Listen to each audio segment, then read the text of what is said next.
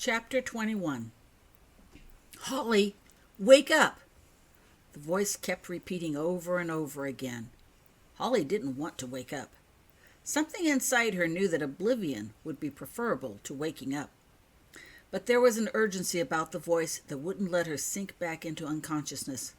"Come on, Holly, wake up!" the wheezy voice pleaded. Holly moaned.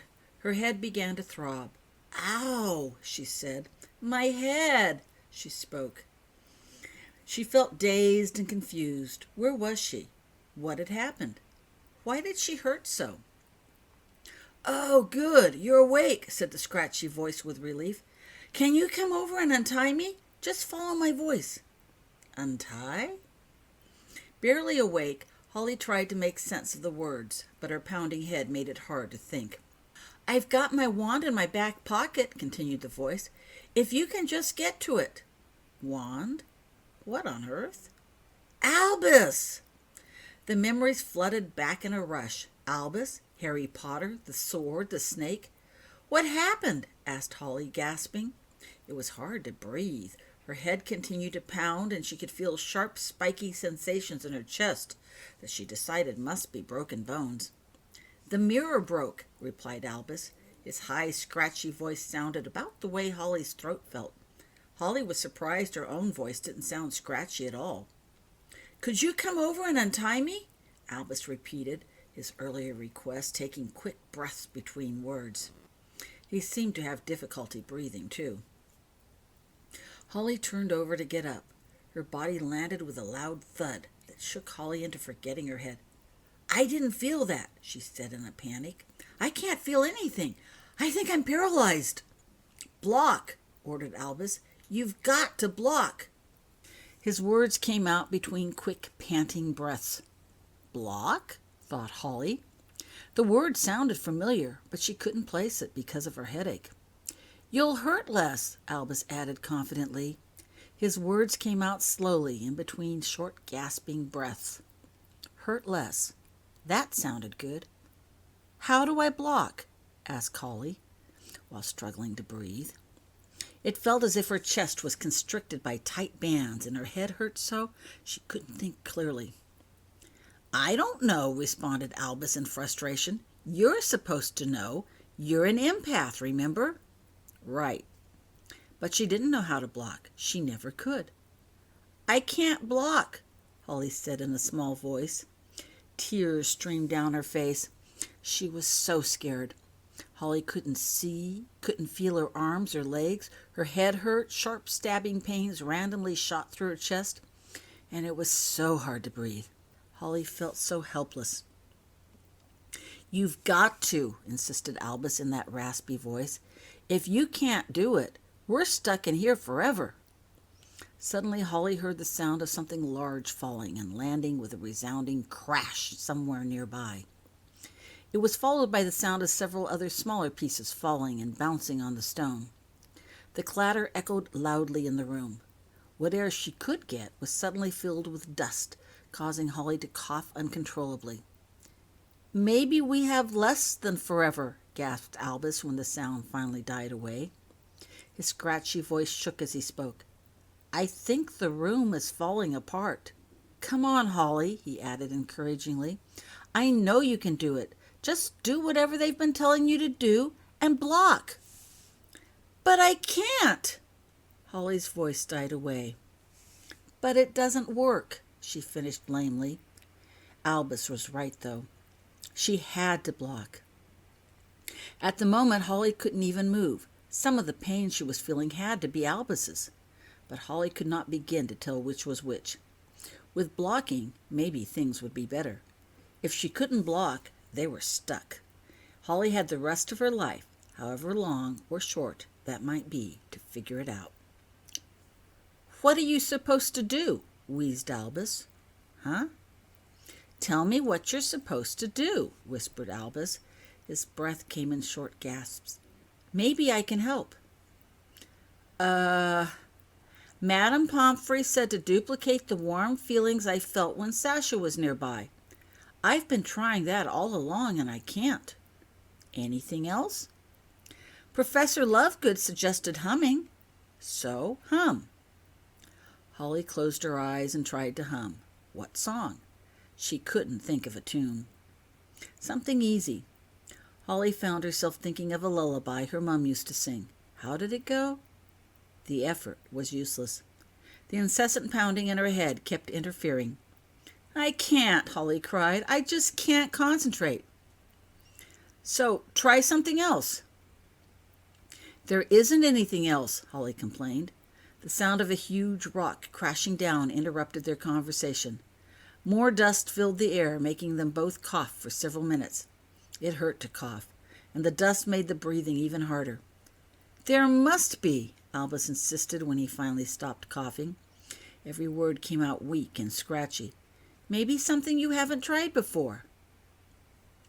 The other empath said I must exert my own personality, answered Holly after she managed to suppress her own coughing. But I don't know what that means. So, tell me who you are. Huh? Exert your personality, Albus explained further between wheezes. Tell me who you are. You know who I am, protested Holly. Not really, argued Albus. He took several wheezy breaths before adding, We only met last fall. You're still pretty much a stranger. So, who are you?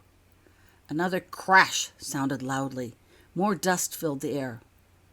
I am Holly Wycliffe. Did that help? No. The dust seemed to have finally settled. Holly tried to take a deep breath. So, what else? Persisted Albus between gasps. Huh? There's more to you than a name, wheezed Albus. Tell me about yourself. What do you want me to say? Holly was having a hard time focusing. Anything. Just keep talking. Well, I'm 11 years old, began Holly between gasps for air. Her words came out slowly. It was so hard to breathe. And I have a mom and a dad and a brother, and we live in a 4-bedroom house with a yard in front. Go on, encouraged Albus. It was difficult to concentrate and talk. I have my own bedroom and a beautiful cat, continued Holly, reaching for random words. Talking didn't seem to help much either. But Holly didn't know what else to do, and it was easier than trying to focus on music. And? At Albus's insistence, Holly rambled on. And I hate kippers, but love oatmeal and chocolate and cake and starry nights. And as she continued, Holly discovered that if she spoke slow enough, she could manage to breathe and still talk.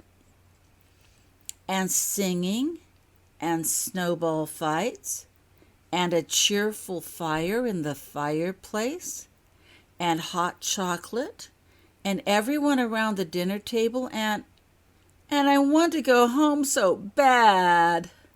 Holly started to cry. Thinking about herself made Holly remember all the things she missed so much. Most of all, Holly missed her parents. When Holly closed her eyes, she could almost see them, almost hear Mum singing that lullaby, almost feel Dad's strong arms wrapped around her in a tight hug. Holly opened her eyes. The room was totally dark, and in the dark, Holly could imagine her parents were still there, holding her tight, keeping her safe and warm. And I'm loved. As she spoke, Holly could feel a cushion of her parents' love surrounding her, almost shielding her. I am Holly Wycliffe. This time, when she spoke, Holly knew that no matter what, nothing would change that fact, or the love she had for her parents, for Becky, for Sasha, or their love for her. Suddenly, Holly could breathe again, and she could feel her arms and her legs twisted painfully on the floor, feel the sharp bits of glass digging in them, and, secure in herself, Holly could now sense the pain in others without it affecting her. "Oh, Albus!" Holly exclaimed with real concern, scrambling up to reach him, her headache forgotten. Holly reached out for the chair next to her, felt for Albus's arm, and worked her way over to his chest. "Why didn't you say something?" Holly said while she tried to find a way to loosen the straps. It was Albus who couldn't breathe properly. "The ends are at the bottom," he wheezed. "Hurry!" Holly found the ends, but they refused to yield at her touch. She pulled out Lily's wand. "Lumos!" she cried. The wand gave off a gentle glow. Albus looked pale blue in the light. Holly ignored him and instead focused on how to release the straps. The light went out. "Defendo!" Holly shouted. There was a loud crack and a flash of light. Holly pocketed her wand and again reached for the straps. This time, with part of the chair blasted away, the straps came apart freely. Albus took his first decent breath of air. "Ow!" he said as he tried to breathe in. "You've kind of got some broken ribs, too," informed Holly. "I'll manage," Albus said weakly. "It's just nice to be able to breathe again." "Why didn't you tell me?" Holly asked again, while she felt around for the straps holding his arms. "No point," replied Albus. "I didn't know how badly injured you were, but I knew what you'd be feeling from me when you woke. If you woke, and that was bad enough." Holly managed to unwrap one of the arms. She sensed a slow tingle spreading through the arm. Albus's arms and legs had been so tightly wrapped for so long that he literally had no feeling left in them. No wonder Holly hadn't been able to feel a thing when she tried to move. She started unwrapping the other arm. "I didn't dare lose consciousness for fear neither of us would wake up," Albus continued, while moving his free arm and fingers experimentally. "And when you did wake, I knew we were lost if I couldn't get you to block. Dad explained it all to us over the holidays, what you could feel and how it almost got you killed during the summer." Albus wiggled the fingers in his other hand slowly as Holly got the straps looser. "That head injury you complained about is all yours, by the way," he added. "As is the sprained ankle," agreed Holly. She'd also discovered an assortment of cuts and bruises all over her body that made their presence known once Albus's numbness had vanished. "I know the straps weren't this tight before," commented Holly, remembering how things were when she first entered the room. "What happened?" "They tightened up even more when the mirror exploded," Albus replied weakly. "No doubt a parting gift from Tom Riddle, whomever he is." Holly hesitated. Then she spoke. "Tom Riddle is another name for Lord Voldemort," she said quietly while she worked. She could feel Albus stiffen at the mention of his name. "At least that's what he wrote with his wand when he and Cousin Harry were together," Holly finished. "I don't know how they can both be the same person, but they are. I mean, they were." She released the other arm and knelt down to undo the straps at his legs. Albus was quiet a while. Then he spoke. "I'm glad you didn't tell me before." Holly nodded in the dark. "I can't get these undone," she commented, talking about the straps binding his legs. "I'm going to have to blast the chair again." She pulled out Lily's wand again. "Lumos," she said, holding the light only long enough to get directions. Holly held the wand close to the chair before letting the light go out. She wanted to be sure to get the straps, not Albus. "Defendo!" she shouted. There was another flash and a loud crack. Holly put away the wand and went to work on the straps. They came apart easily, and Holly could sense more tingling as blood started circulating through Albus's legs. She started massaging his legs to increase the blood circulation. "I don't know if I'll be able to walk any time soon," commented Albus. Pain flooded through his body as both hands and feet gradually came to life. Crash! Down came another stone, landing loudly near them, sending dust and rubble onto the floor. Crash! Another block fell, landing loudly on the other side. "I don't think we have much of a choice if we want to get out of here," coughed Holly, abandoning the legs and reaching for an arm. "Any ideas on how to get out of here?" Tugging hard, Holly managed to pull Albus's arm onto her shoulder and drag him out of the chair. "Not really," he replied, wincing as his cracked ribs sent sharp stabs of pain throughout his body. "Sorry," muttered Holly, settling Albus's arm more securely over her shoulder. "Did you see any door?" "No." "Well," panted Albus, "you bumped into my right side, and that's the side of the chair I touched first before it caught me. Maybe there's some sort of a hidden entrance on that side." Holly pulled out Lily's wand with her free hand. "Lumos!" she shouted. Using the light, the two slowly made their way towards the fallen blocks to the wall on the side. Crash! Another block landed with a thud right in front of them. The two detoured around it. The stones had begun to fall faster. Holly stopped and set Albus down when they reached the wall.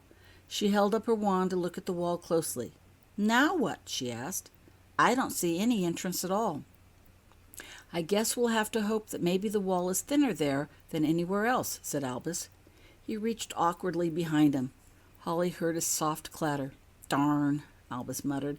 "I can't, could you get my wand for me? My hands don't work too well."